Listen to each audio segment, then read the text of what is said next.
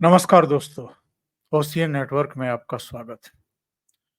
जिस दिन महाराष्ट्र और झारखंड के चुनाव का ऐलान हुआ, उस दिन मुख्य चुनाव आयुक्त राजीव कुमार काफी नाराज थे और कांग्रेस के रवैये पर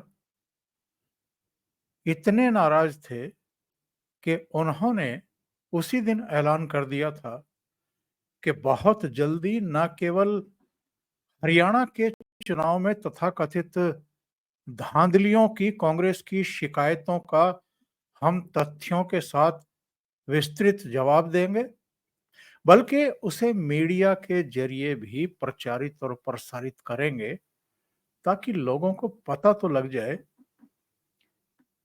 कि मीठा मीठा गप गप और कड़वा कड़वा थू और ये हर बार का कांग्रेस का रवैया हो गया है।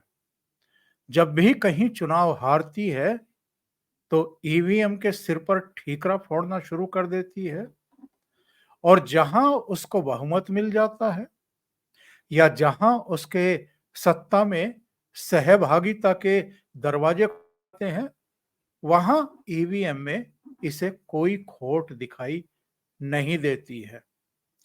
मंगलवार को विस्तृत जवाब दिया है और वो भी 1600 से अधिक पेजों में। और चुनाव आयोग ने ये कहा है कि किसी भी तरह की अनियमितता, गड़बड़ के जो भी आरोप लगाए थे कांग्रेस ने, वो पूरी तरीके से निराधार हैं, वो गलत हैं और तथ्यहीन हैं। यानी कांग्रेस ने जो भी 20 से 24 विधानसभा सीटों पर किसी भी तरह की अनियमितता, गड़बड़ी, धांधली, मैनिपुलेशन के आरोप लगा करके चिट्ठियां भेजी थी चुनाव आयोग को, उन सबको खारिज कर दिया है और कुछ नसीहतें भी दी हैं साहब कांग्रेस को। नसीहत ये दी है, ये 1642 पेजों में जो जवाब दिया है उसमें तो पूरे तथ्य बताए ही हैं और ये भी जानकारी दी है कि हर मौके पर कांग्रेस के कार्यकर्ता वहां पर थे जिन्होंने कांग्रेस पार्टी को अधिकृत किया था। इसके बावजूद इस तरह के आरोप लगाना, मल्लिकार्जुन खड़गे को एक्चुअल में ये चिट्ठी लिखी है जिसमें 1642 पेज का जवाब भेजा है और आयोग ने जरूरी सबूत भी अपनी चिट्ठी के साथ कांग्रेस के अध्यक्ष को भेजा है। आयोग ने यह कहा है कि हरियाणा में चुनावी प्रक्रिया के किसी भी चरण में कोई गलती नहीं है। सब कुछ कांग्रेस के उम्मीदवार या उनके एजेंटों के सामने हुआ था। इसके लिए पार्टी को अपने कार्यकर्ताओं को विश्वास में लेना था। इसके बाद भी आयोग ने कांग्रेस द्वारा की गई 26 विधानसभा क्षेत्रों के संबंध में जो निर्वाचन अधिकारियों ने की शिकायतें की थी कि साहब वो जो कि साहब ईवीएम मशीनों की जो बैटरी थी वो 99% थी और जहां जहां 99% बैटरी पाई गई वहां वहां कांग्रेस हार गई। इसका भी बहुत विस्तृत जवाब दिया है। मैं आपको बताता हूं कि चुनाव आयोग ने एक्चुअल में इनको जवाब क्या दिया है। इसके बाद कांग्रेस की जो मेंटेलिटी है इस पर आएंगे और डिस्कशन करेंगे। इन्होंने कहा है कि 26 विधानसभा क्षेत्रों के बारे में कांग्रेस पार्टी ने जो भी शिकायतें की थी, निर्वाचन अधिकारियों ने फिर से उसका गहन अध्ययन किया है और पुनर्सत्यापन किया है। यानी अध्ययन करके जो भी मतगणना हुई या दूसरे तमाम प्रक्रियाएं ली गई हैं उसको सत्यापित किया है कि वो बिल्कुल ठीक है, उसमें कहीं कोई गड़बड़ी नहीं है। और जो बिंदुवार इन्होंने शिकायतें की थी, उसका अवलोकन किया है और ये सबूत दिए हैं कि जो कांग्रेस के उम्मीदवार थे या तो उनकी मौजूदगी में या उनके अधिकृत किए गए लोगों प्रतिनिधियों की मौजूदगी में सारा कुछ हुआ है, सब कुछ हुआ है। और इन चरणों में जितने चरण होते हैं मतदान तक और मतगणना तक, कमीशनिंग के समय ईवीएम में बैटरी रखना यानी उसमें इंस्टॉल करना और उसके बाद 7-8 दिनों तक गिनती खत्म होने तक उस प्रक्रिया में शामिल करना, कांग्रेस के हर कैंडिडेट के एजेंटों को शामिल करना, ये सब शामिल है। आयोग ने यह भी कहा कि ऐसा कोई भी आरोप कि ईवीएम की बैटरी का स्तर मतदान के परिणामों को प्रभावित करता है, हास्यास्पद है।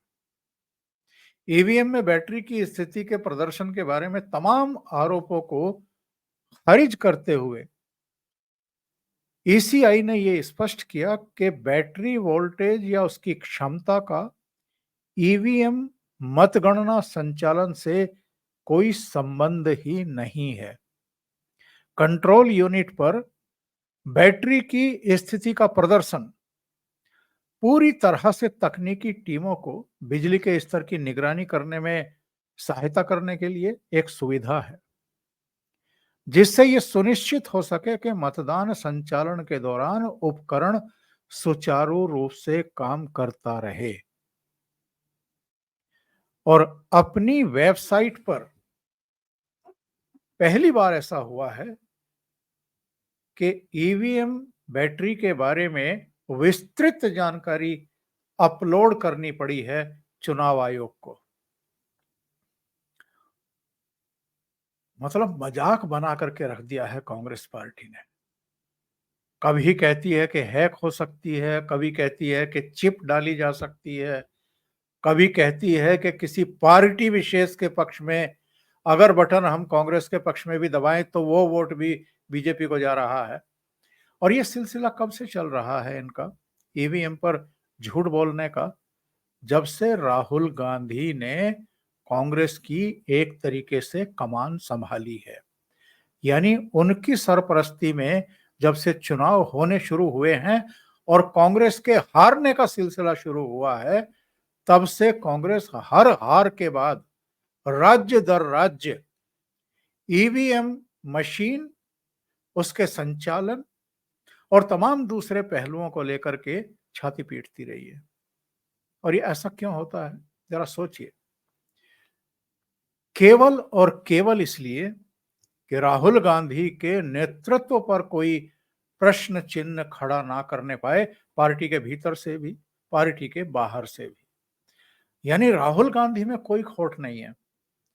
राहुल गांधी तो बड़े लोकप्रिय हैं साहब, और उनको तो जनता बहुत पसंद करती है, उनके नाम पर तो वोट भी देती है। लेकिन गड़बड़ी तो चुनाव आयोग या ईवीएम कर रहा है। जब ये चुनाव परिणाम आए थे तो 90 में से 48 सीटें भारतीय जनता पार्टी ने जीती थी और 37 सीटें कांग्रेस ने जीती थी। इससे पहले एक माहौल बनाने की चेष्टा हुई थी मीडिया के जरिए, एग्जिट पोल के जरिए, इकोसिस्टम के जरिए, कि साहब कांग्रेस हरियाणा में वापसी कर रही है और 10 साल के शासन के बाद भारतीय जनता पार्टी तो बुरी तरह पराजित होने जा रही है, उसकी तो 15 सीटें भी नहीं आ रही हैं। यही माहौल बनाया गया था। लेकिन चुनाव परिणाम जब आए तो पूरे कांग्रेसी खेमे में, पूरे इकोसिस्टम में एक मातम का माहौल था और इसके बाद इनको मुंह छुपाने के लिए जगह नहीं थी। तरह तरह के आरोप लगने शुरू हो गए। जो पवन खेड़ा और जयराम रमेश 9 बजते बजते, सुबह के 9 बजते बजते, 9:30 बजते बजते उछल रहे थे और प्रधानमंत्री नरेंद्र मोदी को जलेबी भिजवाने की बात कर रहे थे कि मुंह मीठा कराएंगे, मतलब इनकी हताशा, कुंठा, इनका अहंकार सब कुछ देखने को मिल गया था उस दिन। क्योंकि शुरू में जो पोस्टल बैलेट खोले गए थे, उनमें एक समय ये दिखाया गया था शुरू के आधा पौना घंटे में कि साहब कांग्रेस 90 में से 76 सीटों पर आगे चल रही है। तो पोस्टल बैलेट खुल रहे हैं और उसी पर आपने उछलना शुरू कर दिया।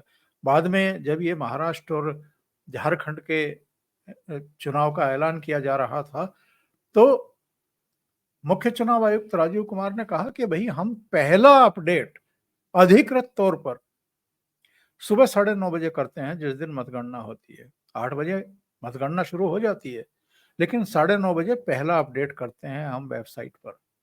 11:30 बजे दूसरा करते हैं, 1:30 बजे तीसरा करते हैं और 9:30 बजे पहला अपडेट करते हैं। उससे पहले तो कांग्रेस वालों ने नाचना शुरू कर दिया था और इनके पूरे इकोसिस्टम ने भी बीजेपी को कोसना शुरू कर दिया था।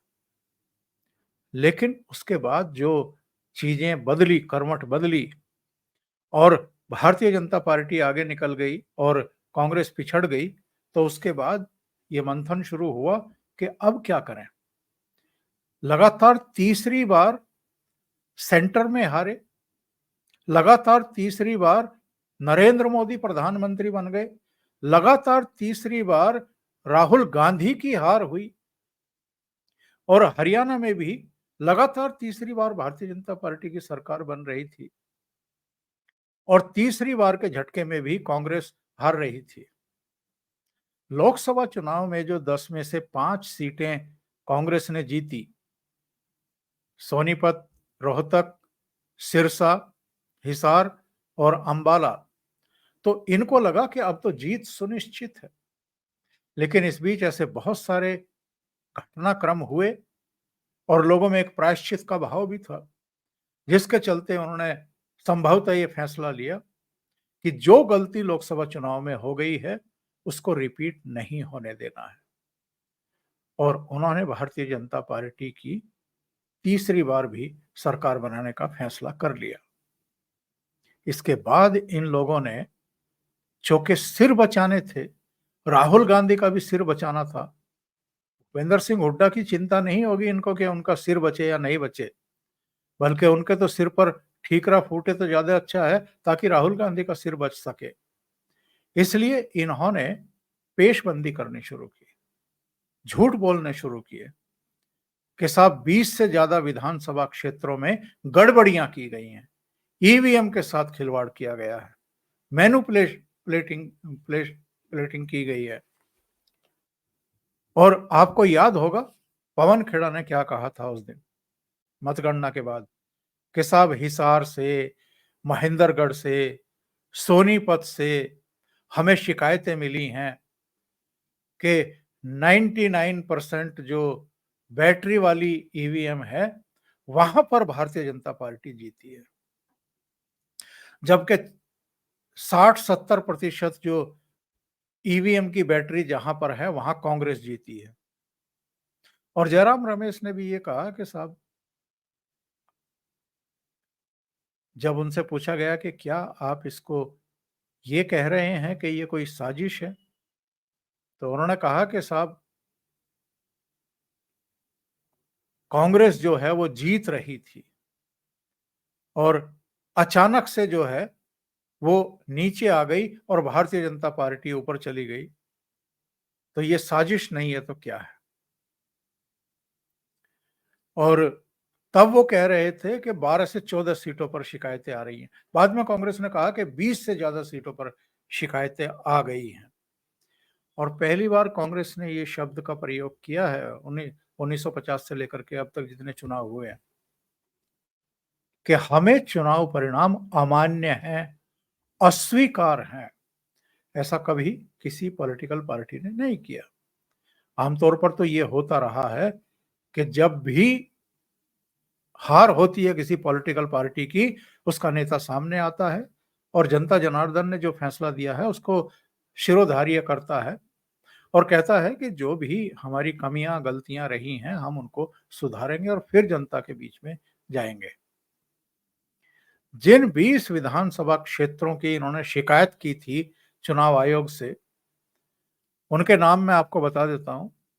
नारनौल के बारे में, करनाल, डबवाली, रेवाड़ी, होडल, कालका, पानीपत सिटी, इंद्री, बड़खल, फरीदाबाद, एनआईटी,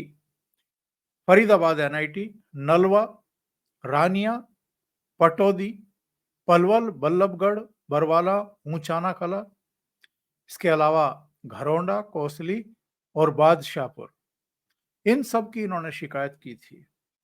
और तब भी इनकी आलोचना हो रही थी और तब भी चुनाव आयोग ने ये कहा था कि हमें हैरानी है। और हैरानी क्यों ना हो, जिस पॉलिटिकल पार्टी ने इस देश पर 58 साल तक राज किया हो, वो एक एक करके सारी संस्थाओं को कटघरे में खड़ी करती जा रही है। और इसके नेता राहुल गांधी विदेशों में जाकर के संसद पर भी सवाल खड़े करते हैं, न्यायपालिका पर भी सवाल खड़े करते हैं, मीडिया की निष्पक्षता तटस्थता पर भी सवाल खड़े करते हैं।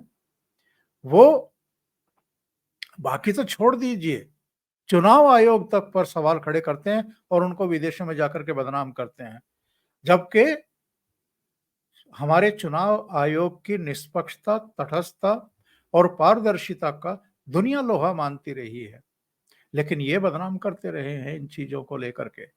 क्योंकि अपना सिर बचाना है, इसलिए संस्थाओं को बदनाम करना शुरू करो और फिर कहो कि साहब डेमोक्रेसी की ही हत्या की जा रही है, डेमोक्रेसी ही नाम मात्र की रह गई है।